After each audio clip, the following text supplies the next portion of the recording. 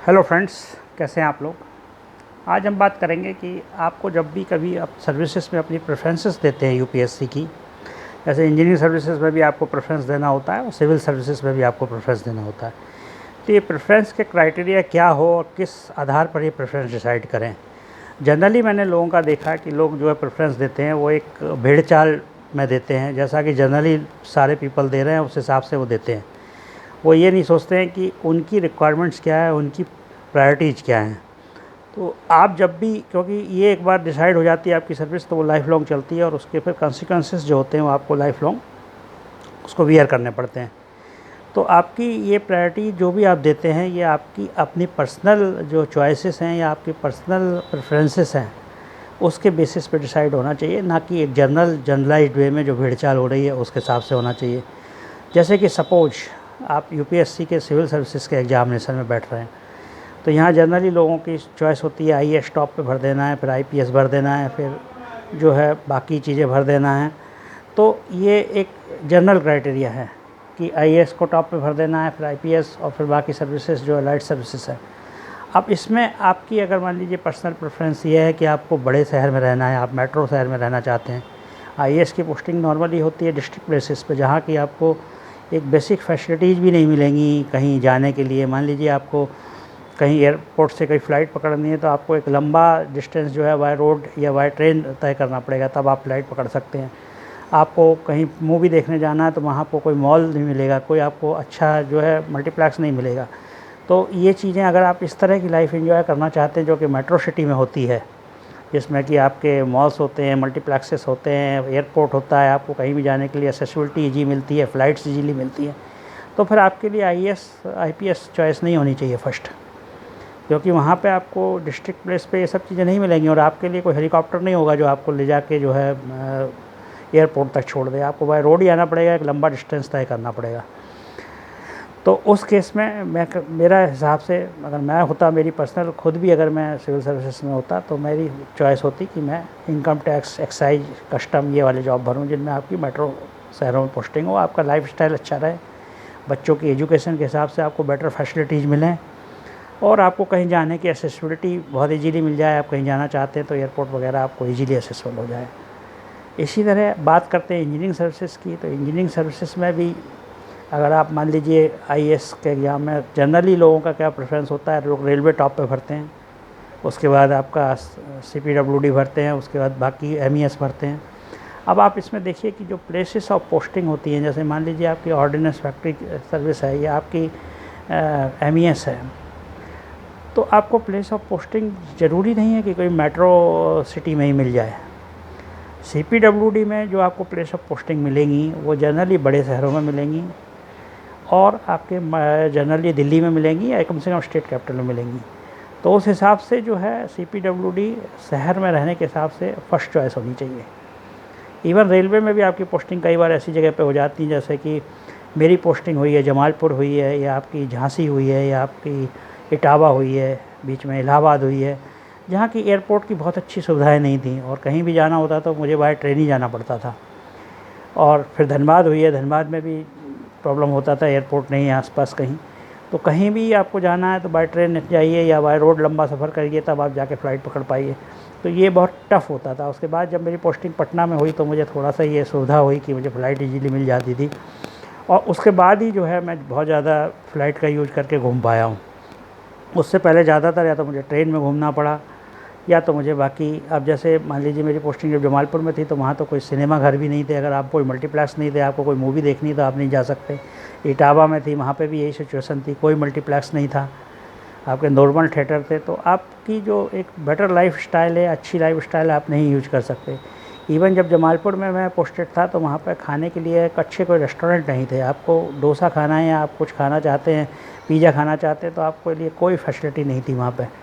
तो उस केस में आप अपनी जो लाइफ स्टाइल है वो टोटली जो है वो आपको सिटी के हिसाब से एडजस्ट करनी पड़ेगी और बहुत डिफ़िकल्ट होती है। तो उस केसेस में मैं सीपीडब्ल्यूडी को, मुझे लगता था कि मैं शायद अगर मैंने सीपीडब्ल्यूडी फर्स्ट प्रेफरेंस दिया होता या मैंने एएडब्ल्यू पीएनटी में अपना फर्स्ट प्रेफरेंस दिया होता तो मुझे कम से कम बेटर प्लेस पे पोस्टिंग मिलती और स्टेट कैपिटल में तो एटलीस्ट रहते या दिल्ली में रहते तो अच्छी सुविधाएं मिलती। एयरपोर्ट से कहीं जाना होता तो वो भी ईजी जो है रहता, और कहीं भी आपको रेस्टोरेंट्स हैं बड़े, आपको बच्चों के लिए स्कूल्स हैं, या आपको अपना जो भी मॉल वगैरह है, मल्टीप्लेक्स वगैरह है, वो आप ज़्यादा एंजॉय कर पाते। तो उस जो है क्राइटेरिया से अगर मैं देखा जाऊँ तो फर्स्ट प्रेफरेंस मेरी जो थी वो मुझे लगता है कि ठीक नहीं थी। जहाँ तक स्टोर सर्विसेज का फर्स्ट प्रेफरेंस मैंने भरा था, उसका जो क्राइटेरिया था वो बेसिकली ये था कि मुझे थोड़ा टाइम टू टाइम जॉब ज़्यादा पसंद है। मैं चाहता हूँ कि मुझे टाइम टू टाइम जॉब रहे और 24/7 वाला जॉब ना रहे। अब चूँकि रेलवे में जॉब जो है 24/7 है, तो अब मेरा चूँकि मैंने भरा था और मुझे मिल गया है तो अब मुझे करना पड़ रहा है। बट मैं प्रेफर करता हूँ अभी भी कि मुझे अगर ऐसा जॉब मिला होता जो कि टाइम टू टाइम होता, 24/7 नहीं होता, तो मेरे लिए ज़्यादा बेहतर होता, मेरी चॉइसेस के हिसाब से, मेरी प्रायोरिटीज़ के हिसाब से, और मुझे जो अच्छा लगता है कि पर्सनल टाइम पे जो है वो बहुत ज़्यादा डिस्टर्बेंस ऑफिस का ना हो। तो उस केस में भी मुझे लगता है कि CPWD मेरे लिए ज़्यादा बेटर चॉइस होती, या कोई और जॉब जो है central power engineering services better हो सकता था। But central power engineering services में बेसिक फैसिलिटी है वो नहीं मिलती। ठीक है, दिल्ली में आपको रहने को मिल जाता, बट बाकी फैसिलिटी नहीं है, तो वो कंप्रोमाइज़ अब करना पड़ता। लेकिन अब आपको देखना है कि आप किस चीज़ का कंप्रोमाइज़ कर सकते हैं। आपको बंगला गाड़ी का कंप्रोमाइज़ कर सकते हैं, या आप जो है आपके पीछे अंडर में बहुत सारे आदमी हों, ये आपकी प्रायोरिटी ज़्यादा है, या 4 आपके पीछे घूमने वाले हों, वो प्रायोरिटी आपकी ज़्यादा है, या आपकी रेजिडेंशियल प्लेस अच्छा हो, वो प्रायोरिटी आपकी ज़्यादा है, आपकी पर्सनल लाइफ आप ज़्यादा एंजॉय कर पाएँ, वो क्राइटेरिया ज़्यादा है, या 24/7 आपको जॉब करने में इंटरेस्ट है, तो वो आपके अगर क्राइटेरिया है, तो आपका क्राइटेरिया के बेस पे डिपेंड करता है आपकी चॉइस। आप जनरलाइज चॉइस पे मत जाइए, उससे जाने से आपको कोई फ़ायदा नहीं होगा। बाद में एडजस्टमेंट करने पड़ेंगे ढेर सारे, और आपको लाइफ लॉन्ग जो है ये रिग्रेट भी रहेगा कि यार मेरे अगर वो भरा होता तो शायद मैं अपनी चॉइस की जॉब कर पाता। तो ये बहुत ज़रूरी है एक्चुअली, ये हम लोग उस समय इग्नोर करते हैं। उस समय हम लोग बाकी चीज़ें देख लेते हैं कि इसमें ये ज़्यादा है, इसमें ये है, पर ये जो बेसिक चीज़ें हैं इनसे बहुत ज़्यादा डिपेंड नहीं, मतलब फ़र्क नहीं पड़ता है। मेन फ़र्क पड़ता है आपकी लाइफस्टाइल जो है, आप अपने हिसाब से जैसे आप जीना चाहते हैं वैसे जी पा रहे हैं कि नहीं जी पा रहे हैं। आप छुट्टियां हैं, मान लीजिए, आप उसको एंजॉय कर पा रहे हैं कि नहीं कर पा रहे हैं। कई बार डिवीज़न की पोस्टेड, मैं अभी हेडक्वार्टर में पोस्टेड हूँ, यहाँ पर मैं क्यों पोस्टेड हूँ उसका रीज़न ये है कि मुझे यहाँ से पटना से फ़्लाइट ईजीली मिल जाती है।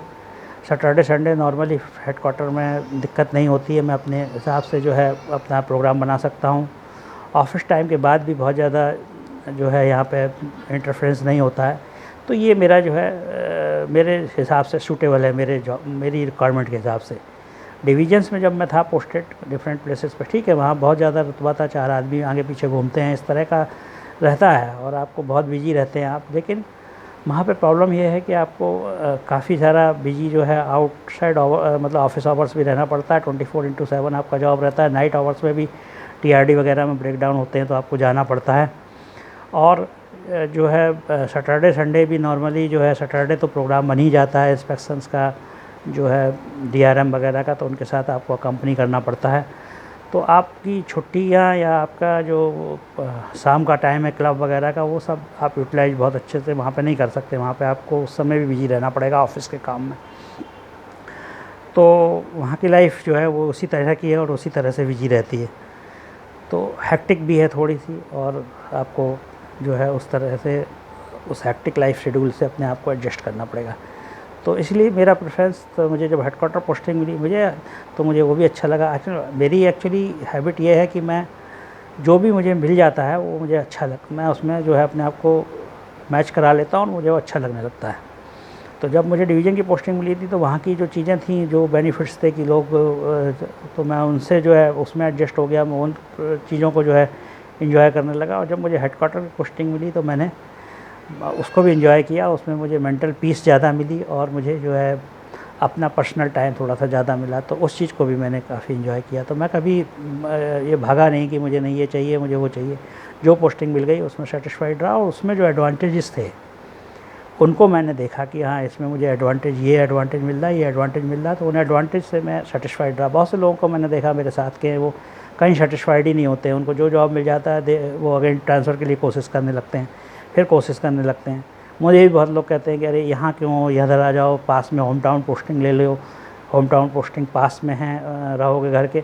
मुझे लगता है ये सब बहुत ज़्यादा मैटर नहीं करता है। आपको जो है शुरू में जब आपके मदर फादर होते हैं तब आपको लगता है कि आप घर के पास रहें थोड़ा सा, उसके बाद जब मदर फादर नहीं होते तो आपको घर के पास रहने का बहुत ज़्यादा कोई बेनिफिट नहीं है।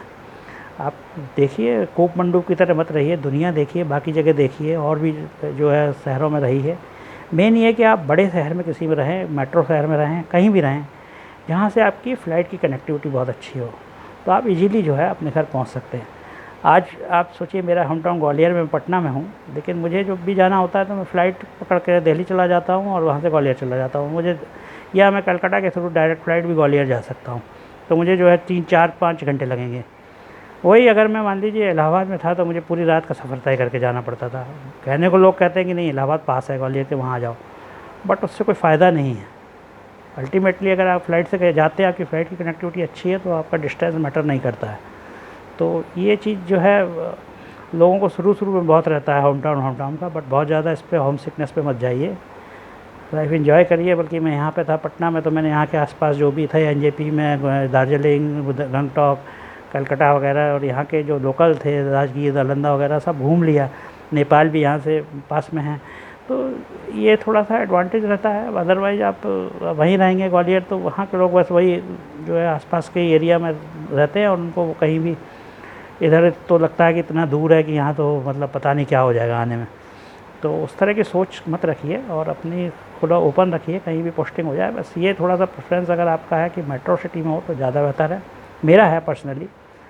और आप लोग भी अपना जो प्रेफरेंस है उसके हिसाब से ही अपनी पोस्टिंग्स जो है भरिए, और उसी हिसाब से अपना क्राइटेरिया निर्धारित करिए। तो आज के वीडियो में बस इतना ही। आप लोगों को तो गाइड थोड़ा सा इससे गाइड करना, तो यूँ ही जुड़े रहिए। Thank you very much. और अगर आपको वीडियो अच्छा लगता है तो सब्सक्राइब करिए, और नहीं करता तो मत करिए, आपकी चॉइस है, मैं आप पे छोड़ देता हूँ। Thank you very much. Share ज़रूर करिए जिससे ज़्यादा से ज़्यादा लोगों के पास पहुँचे। Thank you.